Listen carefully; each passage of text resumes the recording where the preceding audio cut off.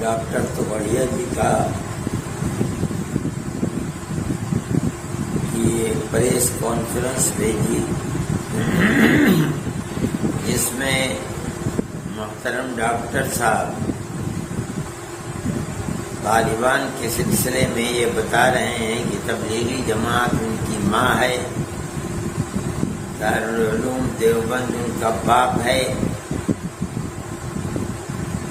اور انہوں نے یہ مطالبہ کیا ہے کہ تبلیغی جماعت کو، دارالعلوم دیوبند کو اور جمعیت علماء کو بند کیا جائے۔ یہ نہیں انہوں نے بتایا کہ جمعیت علماء ہند سے طالبان کا رشتہ کیا ہے، آیا جمعیت علماء ہند ان کا چچا ہے، تایا ہے، ماموں ہے، خالو ہے، کون ہے، یہ نہیں بتایا۔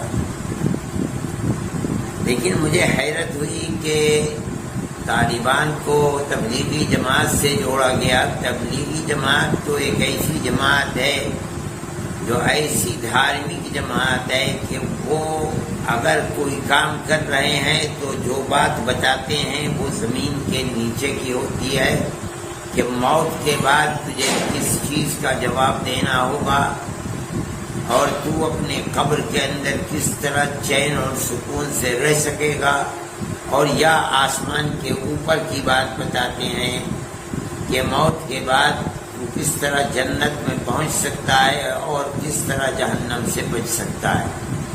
باقی اس کے علاوہ انہیں کچھ بھی پتہ نہیں دنیا میں کیا ہو رہا ہے، اور نہ وہ اپنے آپ کو دنیا کے جھگڑے میں ڈالتے ہیں۔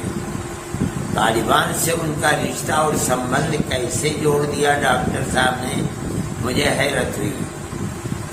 دوسری بات یہ ہے کہ دارالعلوم دیوبند کو یہ کہتے ہیں کہ بند کر دیا جائے۔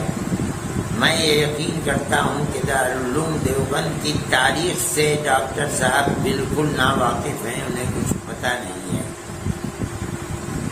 میں بتاتا ہوں کہ دارالعلوم دیوبند تو سن 1866 میں جب بنا ہے، جب 1857 کا جہاد جس میں ہندو اور مسلمان دونوں شریک تھے اس میں ناکامی ہو گئی، اور خاص طور پر جو مسلمانوں کے مجاہد تھے اور جنگ کر رہے تھے غلامی کے خلاف، ان کو چن چن کر دلی کے اندر پھانسی دے دی گئی۔ 33,000 علماء کو دلی کے اندر قتل کیا گیا، اور لال قلعے سے لے کر کے جامع مسجد تک جو درخت تھے ان پر ان کو لٹکا دیا گیا۔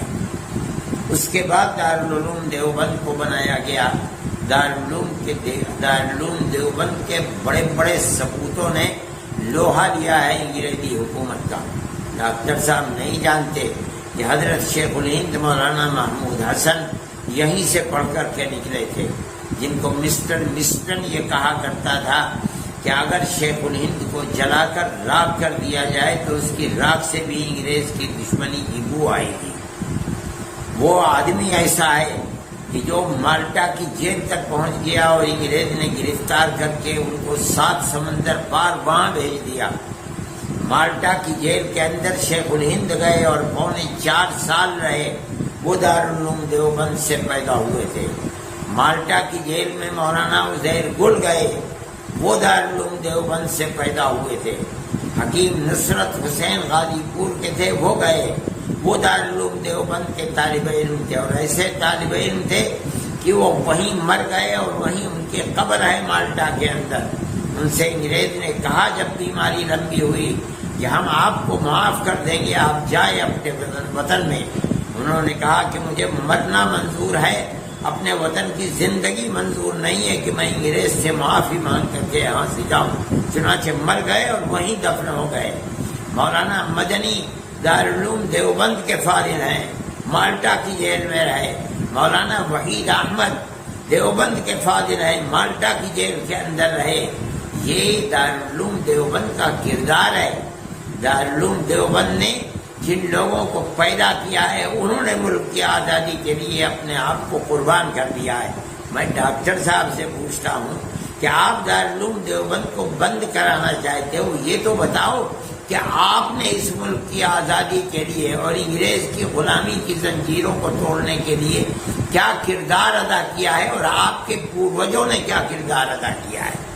زبان کی لپالپی تو بہت ہے. میں یہ سمجھتا ہوں کہ آپ کو یہ سمجھنا تو چاہیے، تاریخ کے اوراق کو، ورقوں کو پلٹنا تو چاہیے. آپ یہ تو دیکھیں کہ جن لوگوں نے ملک کی آزادی کے لیے اپنے آپ کو قربان کر دیا، 9 10 سال جیلوں کے اندر رہے. مولانا مدنی سہارنپور کی جیل میں رہے، مالٹا کی جیل میں رہے، مراد آباد کی جیل میں رہے، بریلی کی جیل میں رہے، نینی جیل الہ آباد میں رہے، سابرمتی جیل میں رہے، مولانا حفظ الرحمان جیلوں میں رہے. یہ سب کون تھے؟ کہ وہی تھے جن کو دارالعلوم دیوبند نے پیدا کیا تھا.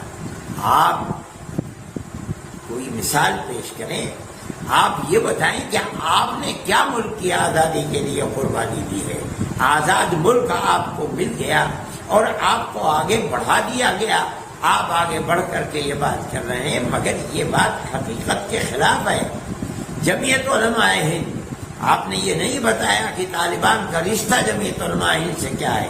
مولانا مدنی جمعیت علماء کے صدر تھے، تقریباً 10 سال انگریز کی جیل کے اندر رہے اور جمعیت علماء کے صدر. آج بھی جمعیت علماء کا ایک کردار ہے اور وہ یہ ہے کہ جمعیت علماء مذہب کی بنیاد پر 2 قومی نظریے کو نہیں مانتی. غلط ہے. اس ملک کے سب بسنے والے ایک ہی قوم ہیں. جمعیت علماء اس بنیاد کے اوپر جو کام کرتی ہے اس کام کے اندر ہندو مسلم کی کوئی تفریق نہیں ہوتی. ہم آج بھی کام کر رہے ہیں. ہم نے کیرلا کے اندر کام کیا.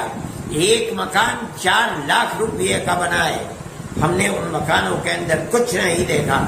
ہندو ہے تو اس کو مکان بنا کر کے دیا، عیسائی ہے تو اس کو مکان بنا کر کے دیا، مسلمان ہے تو اس کو مکان بنا کر کے دیا. ڈاکٹر صاحب محترم، آپ ثابت کریں کہ آپ نے پیڑت ہندوؤں کے لیے کام کیا ہے تو کئی مسلمان پیڑت مسلمانوں کے لیے کام کیا ہے. آپ نہیں پیش کر سکتے. ہم آج بھی کام کر رہے ہیں. آپ کا یہ بیان بمبئی کے لیے، ہم بمبئی کے اندر کام کر رہے ہیں، کوکن کے علاقے کے اندر.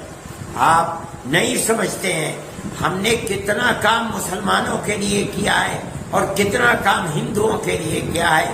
ہمارے یہاں کوئی تفریق نہیں.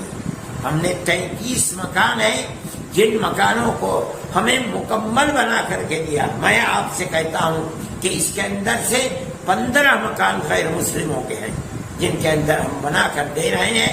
اس کے اندر 1-2 مکان مرمت کے بھی ہیں، باقی ہم پورے مکان بنا کر کے دے رہے ہیں. ایک مکان کے اوپر خرچ 3.5 سے لے کر کے 4 لاکھ روپے تک ہے. ہمارے نزدیک سب ایک قوم ہے، 2 قومیں نہیں ہیں. یہ آپ کا نظریہ ہے، ہمارا نظریہ تو ایک ہی ہے. یہ کام جمعیت علماء ہند کر رہی ہے.